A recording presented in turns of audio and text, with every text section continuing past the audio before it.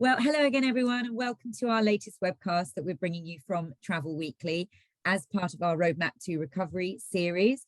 And I'm joined once again by Eamonn Ferrin, who is, of course, the Vice President of International Business at Norwegian Cruise Line. So, hi, Eamonn, how are you? Oh, hi, Lucy. It's a long time no speak. I'm great, and I'm delighted to be here. Thanks for having me. Oh, well, we're really happy to have you here. And you've come on and spoken to us throughout the pandemic, and hopefully now as we move into March, things are getting a little bit better. And of course, for you guys, lots on the horizon. You've got Prima launching this year. So I want to talk to you a little bit about that and what kind of opportunity that is going to be for you as a business, but also for the travel trade. Sure, delighted to do so. I mean, obviously, we're super excited by the launch of what is our first new class of ship in over 10 years. So the Prima class. As you know, there are 6 Prima class new ships coming between 2022 and 2027. But this is the first one, obviously, and she will be launched in August of 22. We hope to get her online. And she's going to be embarking in some beautiful new itineraries in Northern Europe. 8-day voyages from Amsterdam in the Netherlands and from Copenhagen in Denmark to very much to the Norwegian fjords, should I say. So that should be a wonderful itinerary. And of course, we're super excited by the innovation of the product, the wide open spaces of the product, and so many innovations on board that we want to talk about, and we want to obviously show our travel agent partners because we think they'll be very excited by that. And then, of course, in the summer, she will then transfer over to the US, of course, for the winter period, doing the Caribbean from Miami and Orlando and various other ports. And then in the summer of 23, she will come back and she'll be doing a very exciting 10-night open jaw itinerary between Southampton and Reykjavik, taking in the Norway fjords, taking in Amsterdam and Brussels, places like that, but also critically three destinations in Iceland, including Reykjavik, of course. So very, very excited by that itinerary, and of course are the opportunity for our customers from the UK to get to sail on her, and of course our travel partners to enjoy it and see it as well. So very exciting times ahead for us, and we're super excited, really. I mean, you're excited about that itinerary. It does sound amazing, but what's the reaction been like? I mean, have people been excited as well, and they think that's one that customers would want to go up to Iceland? Sure. I mean, actually, it was, as you may know, I think we announced it as it happened. It was despite being launched, obviously in the middle of the pandemic, really, or sort of when we launched it, it was still in record demand. In fact, it beat our previous records with the Bliss, which is outstanding. To give you an idea, I think the highest ever day sales and the highest weekly sales I think we saw for any new ship launch. And I think the first transatlantic one for the 108 Haven cabin sold out within a week or something of that order. So it was absolutely in huge demand for across the world, but particularly for UK guests as well. So and is that customers, Eamonn, largely who've traveled on other Norwegian Cruise Line ships and they just want to see the new class, or have you actually attracted new customers to the brand? A bit of both. I think obviously our existing customers, we have a very loyal customer base, a very high repeat ratio on the NCL brand from past guests. And of course, we have our Latitude program, which is our loyalty program for guests, and rewards them. The more they sail with us, the more points they earn, and the more they go up in those categories and get special benefits. But so a lot of it is past guests wanting to try out the newest great ship that we just will be launching, but also a lot of interest from new clients. It really is a step forward, an innovative step forward to us. As you probably know, Lucy, it's it's the greatest space ratio we've ever had. So it's effectively 142,500 or so gross tons, which sort of makes it the same size as our breakaway class, so the size of say the Getaway. But it's only going to carry 3,200 passengers or so. So it's got a space ratio of 44.3 passengers per gross ton, 36% more space than the sort of comp set, if you like, and we're super happy with it. So I think it's going to draw a lot of interest across the board. And presumably you designed that some time ago, but has that sort of actually become quite fortuitous, really, given, in a post-COVID world with people just wanting that little bit more space? Do you think that's going to really appeal? Yeah, as you say, it wasn't. It was designed even pre-COVID, of course, because these things are typically done well in advance of the launch. But it was more designed in the concept of two real things. How do we offer more space to clients? Because we felt that was an opportunity to do that and really open up, provide an even more exceptional service, more exceptional experiences to the customer and the guest. So that was the genesis of the idea for the Prima class. And I think we've done a fantastic job at bringing some of those things to life.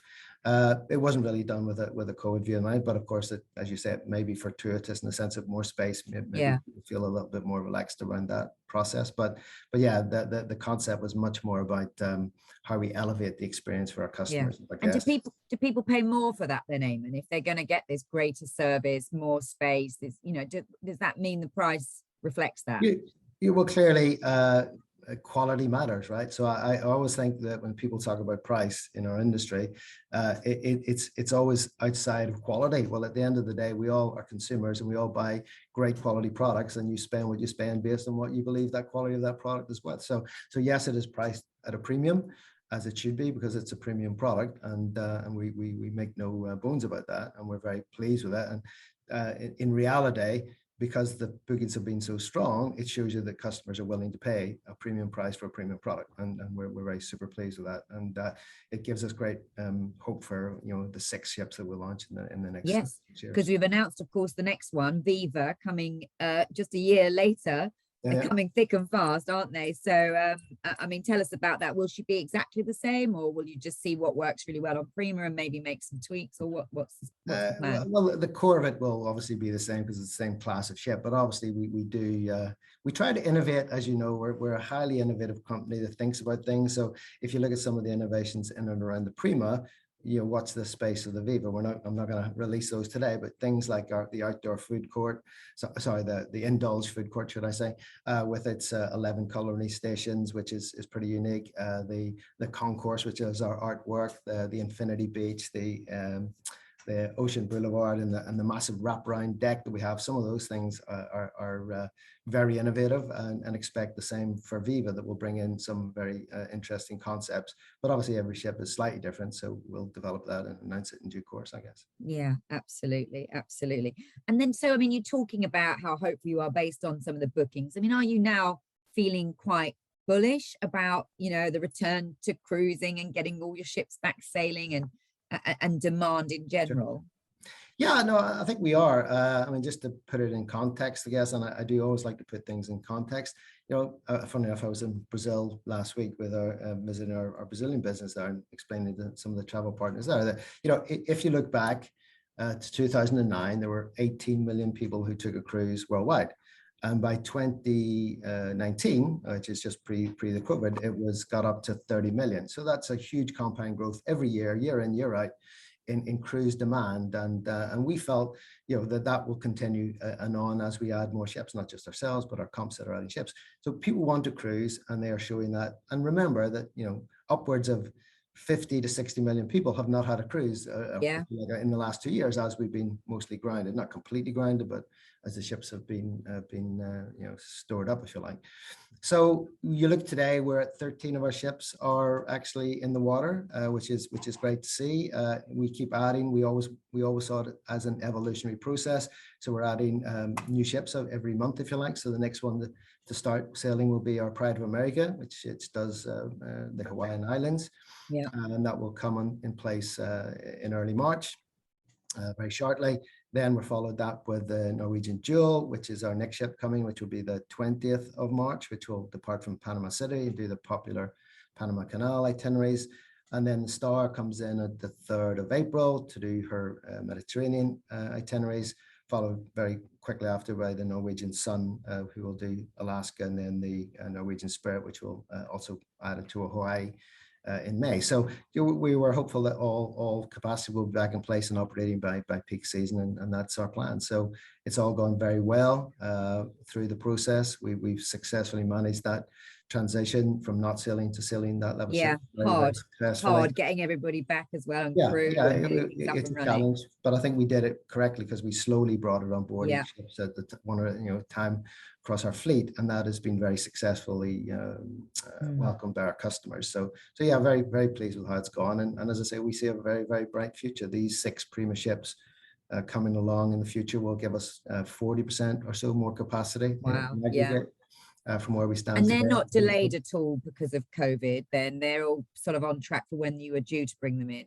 Well, obviously the farther out ones, we haven't even got to that yet, but certainly the Prima and the Viva at this point are on schedule. We're hopeful that's going to happen on time. We are, in fact, this weekend, I'm hoping to get to our shipyard in Fincantieri to have an update and see where we're up to with the Prima. So we're very excited about that. Yeah. With some of our key partners. So really looking forward to that, and we'll get more update as part of that visit. So yeah, excited by it, and super believe that cruise will come back. It is coming back very strongly, and we'll continue to do so. I mean, and you talk about obviously having all your capacity back and all the ships back in service, and then obviously let's hope the demand will fulfill that. But I know Frank Del Rio, your president, has said that he would rather take good prices over full ships any day.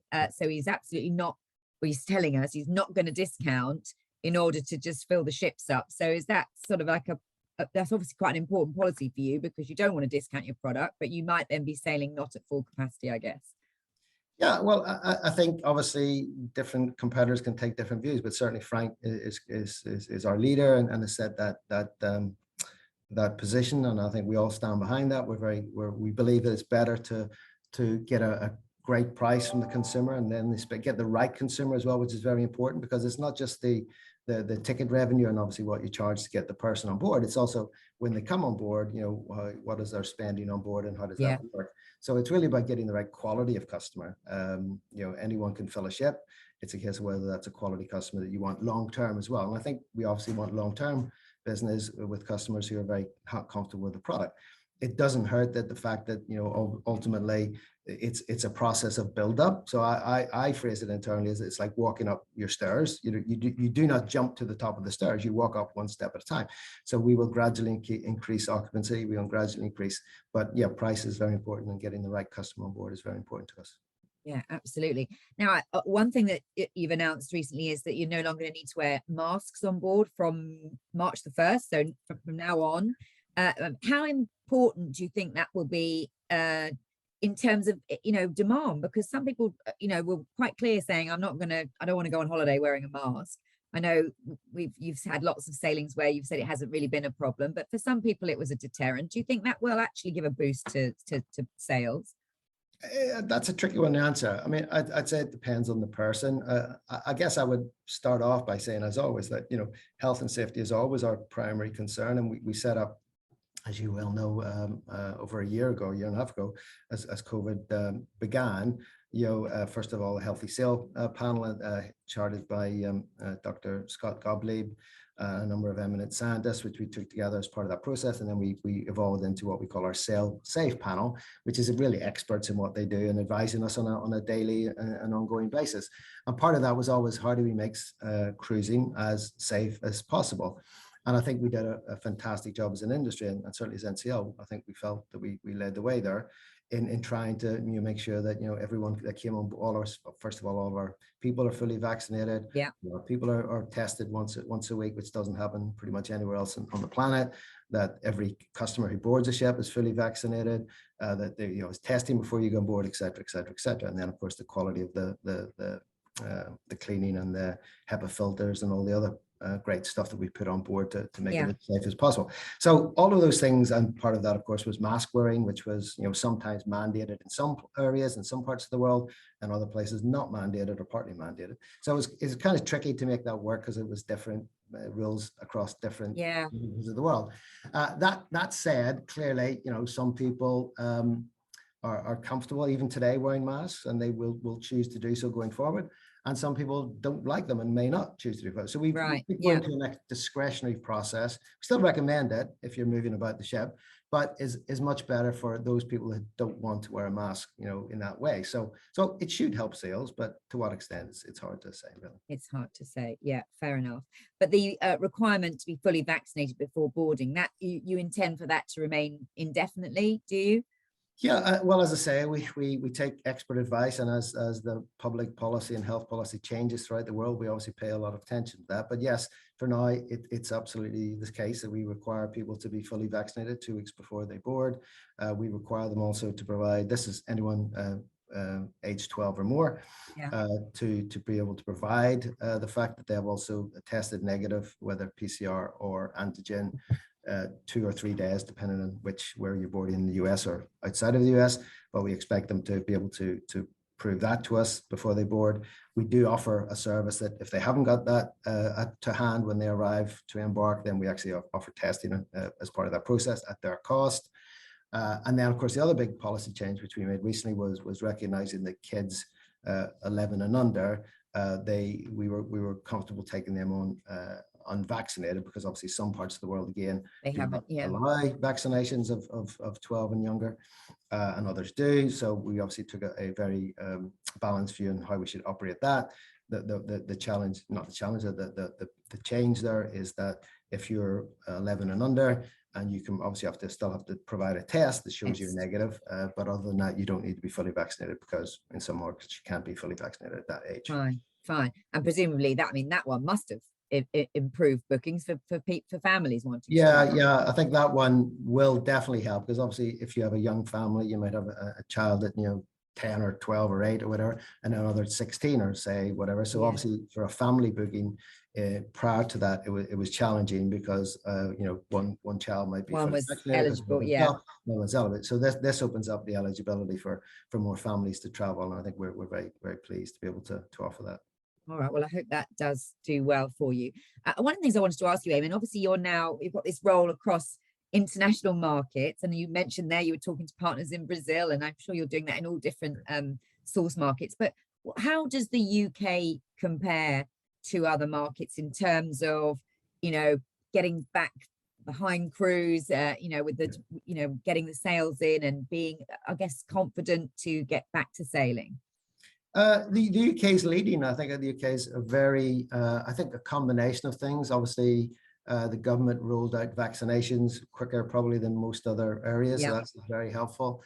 I think obviously the level of uptake of vaccinations in the UK was very strong. So that, plus some of the policy changes that I think the government have made of late, have certainly spurred on that huge built up demand, if you like, for cruising in the UK. So we're seeing very strong levels coming in the UK market, closely followed by some of our European markets, which again have bounced back quite strongly.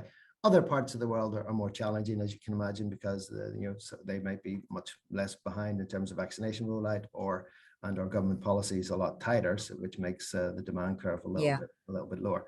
But what I can say is it's definitely bouncing back quickly across the world, and we are seeing it in multiple markets.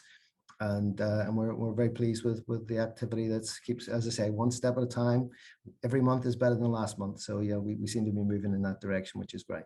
Yeah. And in terms of your trade partners, who I know are hugely important to you at NCL, I mean, there has been a bit of change, hasn't there? We're running stories all the time that lots of people are now trying to recruit again. They've lost quite a lot of talent from the sector, and everyone's now trying to sort of staff up again to meet this demand that you're talking about, Eamonn. But it's a problem, isn't it? Because obviously there's then a bit of a lack of knowledge. There's a big training gap that we're going to have to sort of fill. So what are your plans for the trade, and particularly in the UK, I guess, because that's where we're from, but to make sure that agents are up to speed to be able to sell your products? Sure. Great question. Yeah, I mean, listen, I think the travel partners worldwide have always been and will always be a key to our success. And as I mentioned earlier, if we are growing our ships, 6 more ships coming and 40% more capacity, we need our travel partners more than ever. We never step back. We have always been advertising. We've always been there for them. We didn't make any redundancies in terms of our sales team and so forth. We've always been there to hold their hands through this very, very difficult 2 years. And I think that's paid us great dividends. We've always been, our key principles of guests first and partners first. We live by those principles. So we've tried to get FCCs and repayments and refunds back to customers as quickly as possible, help the travel agent as much as possible. We have great tools now in place with our NCLU, our NCL University, to teach them, more about NCL. We have our NCL Central Hub, where they can get lots of marketing materials and keep fully up to date with our health and safety protocols and so on and so forth. And we're constantly advertising and working with our partners to really get the message out, as we have done through these 2 years. So yes, we totally recognize that it's been a very challenging environment. I think we've been hugely supportive behind them, and we're here to help them in any way we can for them to grow their sales of NCL, and that will continue in the future. And we very much look forward to seeing record sales from them as we move forward. Oh, I hope so too. And of course, one of the key things is getting to see your ships. And you mentioned there, Eamonn, you're going out to Fincantieri, you're going out to the yard, you're going to take some partners there. And I know you've got plans to have lots of agents to see Prima when she launches. So just tell us a little bit about that and what, how you can get agents to really see Prima and some of your other ships in the coming year. Yeah, I think I've always felt that NCL was a little bit of a well-kept secret from when I took on the role 3.5 years ago or so. And I think the easiest thing that we can do and the best thing we can do for our travel partners is get them on board our ships, not just our Prima, not just our newest ship, but actually get them to come on board the ship and see the ship. The ships that we operate, and because they're either the newest ships out there or the most refurbished ships out there, and I think we love all of we our forget about your huge refurb program, talking about your new ship, but you've invested a huge amount, and that continued, didn't it, through the pandemic? Well, I mean, it's ironic that the last, well, I shouldn't say the last, just as the pandemic was kicking off in February 2 years ago, that was my visit, was taking the refurbished, which is our most expensive refurbishment for that size of ship ever, taking the Spirit out of dry dock and bringing her to Israel. And that was a fantastic, and just to see the quality, it looked like a brand new ship. It's absolutely phenomenal. So, that's testament to our investment in the ships and the refurbishment program, as well as the new ships. But clearly getting agents on board is very close to my heart. We want to offer the opportunity.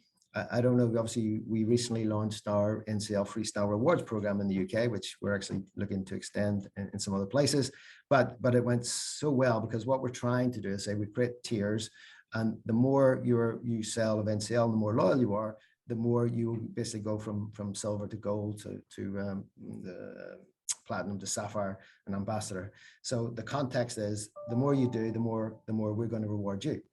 Which is not a difficult concept to get in mind. So if you sell a lot, you will be the first one invited to our ship visits. You will be the first one invited to our inaugurals, because you are the great, passionate supporter of NCL. So we're going to build on that. We're going to work on that. And clearly that's a big part of what we want to try and do as part of the Prima. And then, of course, the Viva launches as they come out, get as many of our core partners on board as possible. All right, that sounds good. I'm sure everyone will. That'll be music to lots of people's ears. And our media partners, of course. Oh yes, don't forget them. They're very important. Eamonn, it would be remiss of us to have a conversation today whilst there is, a war going on, Russia and Ukraine, obviously. To not talk about that. I know you were, I think, one of the first cruise lines to come out to say you would not be calling in St. Petersburg. Sure. I wonder, and I know it's only sort of been 7 days of the conflict, but is it having an impact yet on customer confidence? It's a great question. I mean, I guess first of all, we all would say that our hearts and thoughts go to everyone in Ukraine who's facing this. It's just none of us thought it would ever happen. It's a terrible tragedy, and we hope it ends as soon as possible. But clearly our first role is for the health and safety of our crew and our passengers. And you're right, we looked very, very hard and very quickly at the situation and said, well, really, it makes the St. Petersburg and any other Russian stops untenable in the short term. So we announced that we'd be ceasing those operations. We will be reworking the itineraries to very shortly, hopefully within the next few days. We'll announce what we are doing to replace those itineraries out of our 2 ships that we're operating to St. Petersburg for NCL, but that'll come shortly. But yes, in terms of overall demand, it hasn't seemed as yet, it's early days, to have impacted demand. I think certainly from the UK market, speaking specifically about the UK market and CE, yeah, everyone is very aware of geography-wise that Ukraine is where Ukraine is. So at this point, the Mediterranean bookings are coming in fine. We haven't seen a material impact, and that's. What about Americans coming to Europe though? Are they Yeah, again, it's nervous about that? Still too early to say, really. I mean, obviously Yeah. it's very early days, so we don't know how this is going to play out. So we wait, we watch, and we see what happens and what consumer demand does. But at this point, no indication of any major issues. Yeah, well, okay, fine. And we obviously share your views that we just hope it's resolved quickly. All right, Eamonn, it's so good to talk to you. And as I say, you've been on a couple of times and it hasn't always been so positive. You've been really good and great and candid all through this, sort of talking to us. And you're right, you have really continued your sort of engagement with the trade throughout this whole period. So we wish you every success for this year, for Prima, as we, particularly. Very excited about that, but for Viva and all the other ships as well. So getting them all back to service. So thank you for your time today. Thank you, Lucy. Thank you for having us, and thanks again. Okay, bye for now.